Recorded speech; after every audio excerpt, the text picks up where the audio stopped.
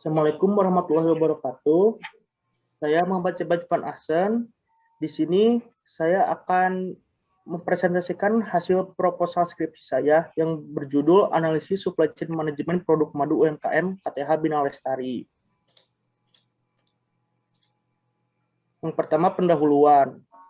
Yang pertama itu gambaran umum objek penelitian. KTH Bina Lestari merupakan sebuah UMKM yang mengolah madu. UMKM KTH Bina Lestari ini didirikan pada tanggal 8 Maret 2014 di Dusun Sindang Asih, RT 2 RW 4, Desa Banjaranyar, Kecamatan Banjaranyar, Kabupaten Ciamis, Provinsi Jawa Barat. KTH Bina Lestari memproduksi 3 jenis madu. Yang pertama ada madu teuweul dari lebah Apis trigona, yang kedua madu hutan odeng dari Apis dorsata, yang terakhir madu nyiruan dari Apis serrana.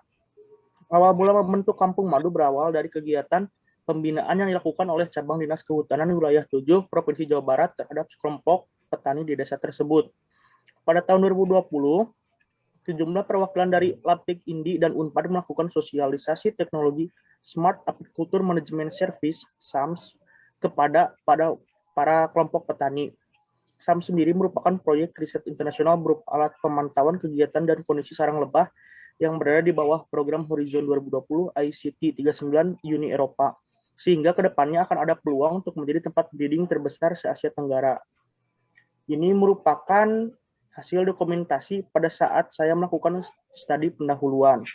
Pada gambar ini ada contoh produk dari KTH Bina Lestari dan juga ada tempat sarang lebah tersebut. Kedua, latar belakang. Dalam kegiatan bisnis, perusahaan atau organisasi pastinya memerlukan pasokan barang ataupun jasa untuk sampai kepada konsumen akhir. Kegiatan itu meliputi sejak memproduksi bahan mentah dari produksi yang akan dikelola menjadi barang setengah jadi lalu menjadi barang jadi hingga didistribusikan kepada konsumen. Semua kegiatan tersebut dinamakan dengan supply chain management. Lalu karena kedepannya akan ada peluang untuk menjadi tempat breeding terbesar di Asia Tenggara, sehingga peneliti tertarik untuk meneliti tentang penerapan SCM atau supply chain management di UMKM KTH Bina Lestari tersebut. Dan yang terakhir, penulis melakukan studi pendahuluan ke UMKM tersebut dengan observasi dan wawancara kepada pengelola UMKM yang berada di sana. Ternyata masih ada yang tidak sesuai dengan standar penerapan supply chain management. Masalahnya ini seperti dari permodalannya, pelatihan, pemasaran, akses jalan, dan juga pakan, karena lebah ini mengambil pakan dari madu yang tergantung musiman. Ini juga merupakan gambar dari alur supply chain management dari mulai supplier ke manufaktur, ke wholesaler, ke retailer, dan ke consumer. Lalu ada perumusan masalah. Bagaimana penerapan supply chain management produk madu di KTH Bina Lestari? Apa saja faktor-faktor yang mendukung supply chain management produk madu di KTH Bina Lestari? Dan terakhir, apa saja faktor-faktor penghambatnya? Lalu ada tujuan penelitian, yaitu untuk mengetahui penerapan SCM produk madu di KTH Bina Lestari. Yang kedua, untuk mengetahui faktor-faktor yang mempengaruhi supply chain management produk madu di KTH Bina Lestari. Ketiga, untuk mengetahui faktor-faktor yang menghambat supply chain management produk madu di KTH Bina Lestari. Lalu ada manfaat penelitian. Pertama, bagi perusahaan, diharapkan perusahaan dapat menerapkan supply chain management dengan baik dan berguna. Lalu untuk Universitas Telkom, diharapkan menjadi referensi serta menambah koleksi literatur. Yang terakhir, bagi peneliti, diharapkan menjadi perkembangan pengetahuan dalam penelitian. Lalu ada sistematika tugas akhir. Pertama, bab 1 pendahuluan, bab 2 tinjauan pustaka, bab 3 metode penelitian, bab 4 hasil penelitian dan pembahasan, dan yang terakhir bab 5 kesimpulan dan saran. Selanjutnya, yang kedua yaitu tinjauan pustaka. Yang pertama ada teori penerapan supply chain management. Isinya yaitu manajemen operasi. Menurut Herjanto, tahun 2007 kegiatan operasi merupakan kegiatan yang menciptakan suatu barang atau jasa, kemudian perusahaan menawarkan barang atau jasa tersebut kepada konsumen. Yang kedua, manajemen operasi adalah aktivitas yang berhubungan dengan penciptaan barang dan jasa melalui proses transformasi dari input ke output, menurut Render and Heiser tahun 2015. Tujuannya sebagai berikut, yaitu untuk meningkatkan efektivitas, mengurangi biaya, meningkatkan kualitas, dan mengurangi waktu proses produksi. Lalu karakteristik manajemen operasional. Manajemen operasional memiliki tujuan untuk menghasilkan barang dan jasa. Manajemen operasional memiliki sebuah kegiatan, yaitu kegiatan proses transformasi. Manajemen operasional terdapat suatu mekanisme yang mengendalikan suatu pengoperasian. Fungsi manajemen operasional, yang pertama itu fungsi perencanaan, fungsi pengorganisasian, fungsi penggerakan, dan fungsi pengendalian. Lalu ada persediaan. Persediaan merupakan bahan atau barang yang disimpan dan dalam memenuhi tujuan tertentu seperti digunakan sebagai proses produksi menurut Herjanto tahun 2007, halaman 237. Lalu ada supply chain management. Manajemen rantai pasokan supply chain management merupakan suatu gambaran koordinasi dari keseluruhan kegiatan rantai pasokan yang dimulai dari bahan baku dan diakhiri dengan pelanggan yang puas. Render Heiser tahun 2015 halaman 499. Jadi supply chain management ini tidak hanya berorientasi pada urusan internal perusahaan, melainkan termasuk urusan eksternal yang menyangkut hubungan dengan perusahaan-perusahaan partner. Prinsip-prinsip supply chain management. Pertama, prinsip integrasi, prinsip jejaring, prinsip ujung ke ujung, prinsip saling ketergantungan, yang terakhir prinsip komunikasi. 6 faktor SCM. Yang pertama yaitu consumer demand, globalisasi, competition, communication, and technology information. Yang kelima government regulation, yang terakhir yaitu environment. Strategi supply chain management. Keunggulan bersaing, fleksibilitas permintaan, kapabilitas proses, kematangan proses, dan risiko strategi. Lalu kerangka pemikiran. Pada penelitian ini terdapat satu variabel yaitu analisis supply chain management KTH Bina Lestari. Dan ada dua subvariabel yaitu faktor pendukung supply chain management dan faktor penghambat supply chain management. Jadi subvariabel tersebut memengaruhi variabel tersebut. Yang terakhir yaitu metode penelitian. Isinya yang pertama jenis penelitian.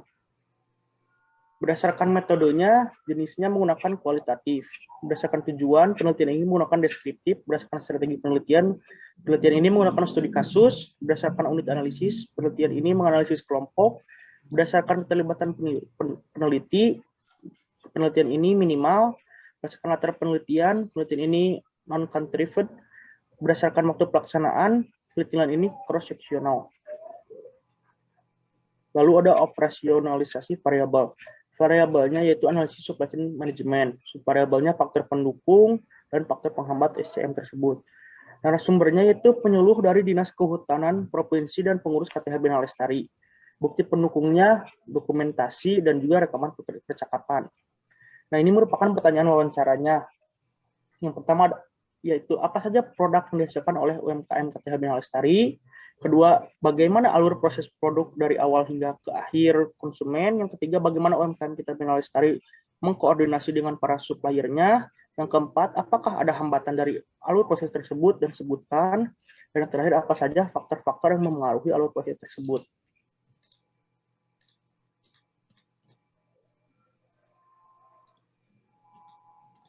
Ini merupakan jawaban dari pertanyaan yang tadi.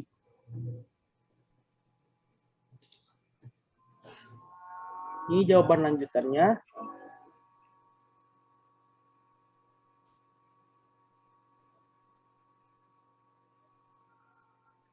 Lalu ada tahapan penelitian.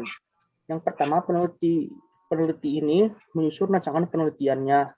Lalu memilih lokasi penelitian, melakukan studi pendahuluan, menentukan narasumber, penetapan metode pengumpulan data dengan cara observasi dan mewawancarai narasumber, lalu mengolah data dengan cara menganalisis data tersebut, lalu menyimpulkannya data tersebut menggunakan metode deskriptif.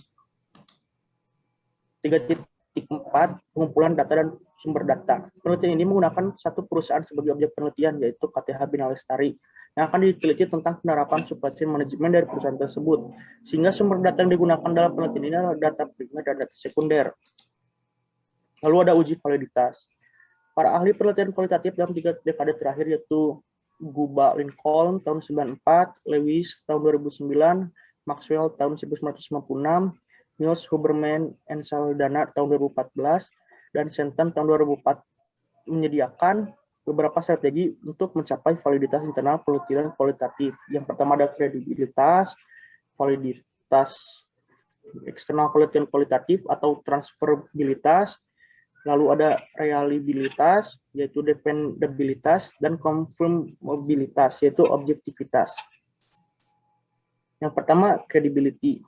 Isinya yaitu perpanjang pengamatan, meningkatkan kecermatan, triangulasi. Triangulasi ini terbagi menjadi 3, yaitu triangulasi sumber, triangulasi teknik, dan triangulasi waktu. Yang keempat itu analisis kasus negatif. Kelima, menggunakan bahan referensi. Yang keenam, mengadakan member check. Yang kedua itu transferability. Yang ketiga itu dependability. Dan yang keempat, confirmability. Teknik analisis data. Penelitian ini menggunakan analisis data yaitu metode kualitatif. Menurut Miles and Haberman, dalam Sugiono 2015, analisis data dengan penelitian kualitatif dilakukan pada saat pengumpulan data dalam periode atau waktu tertentu. Aktivitas dalam analisis data kualitatif ini berupa data reduction, data display, data, dan conclusion drawing or verification. Sekian dari presentasi saya. Terima kasih. Itulah hasil presentasi tugas magis saya. Saya ucapkan terima kasih sebelumnya. Wassalamualaikum warahmatullahi wabarakatuh.